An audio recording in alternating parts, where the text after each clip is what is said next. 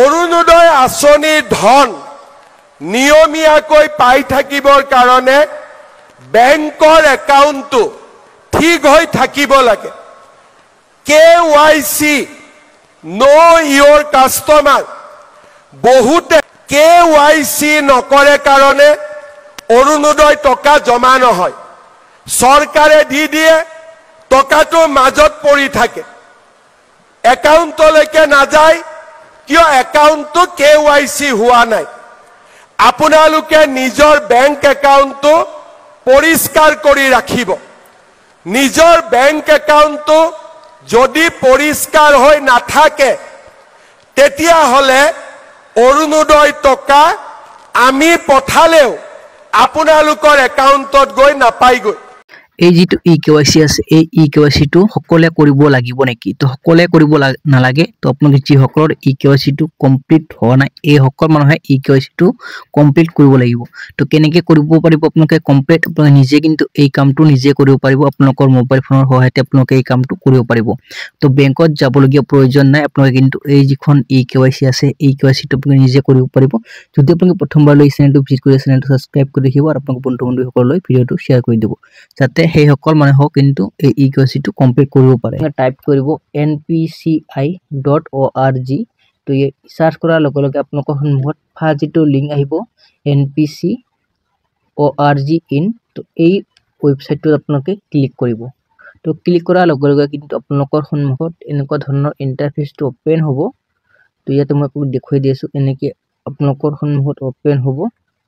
তো ইয়াতে আপোনালোকে কি কৰিব, আপোনালোকে ইয়াতে 3 লাইন পাব, 3 লাইনত ক্লিক কৰিব। ইয়াতে কনজিউমাৰ আছে, কনজিউমাৰত ক্লিক কৰিব। তো ইয়াতে আপুনি চাব ভাৰত আধাৰ সিডিং এনেবল। তো ইয়াতে আপোনালোকে ক্লিক কৰিব।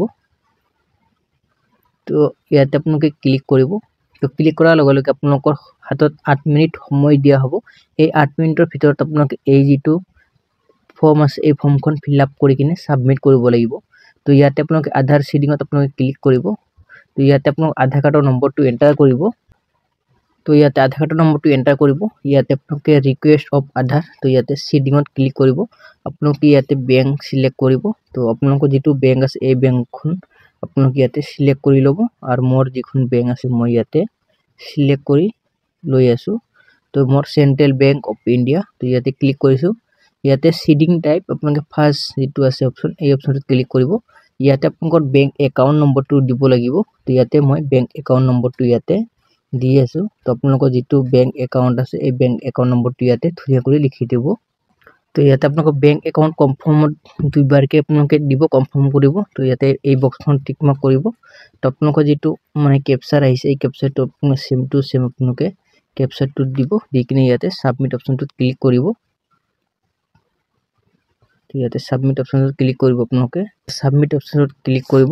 তো এনেকৈ আপোনালোকৰ সন্মুখত অপচন আহিব আই এগ্ৰি টু কন্টিনিউ। তো ইয়াতে ক্লিক কৰিব। আপোনালোকৰ আধাৰ কাৰ্ডৰ সৈতে যিখন মোবাইল নম্বৰ লিংক আছে, এই নম্বৰটো আপোনালোকে ইয়াতে এন্টাৰ কৰি দিব। আৰু আপোনালোকে ইয়াতে OTP টো আহিছে, OTP টো আপোনালোকে সেম টু সেম ইয়াতে দি কিনে কনফাৰ্ম অপচনত ক্লিক কৰিব।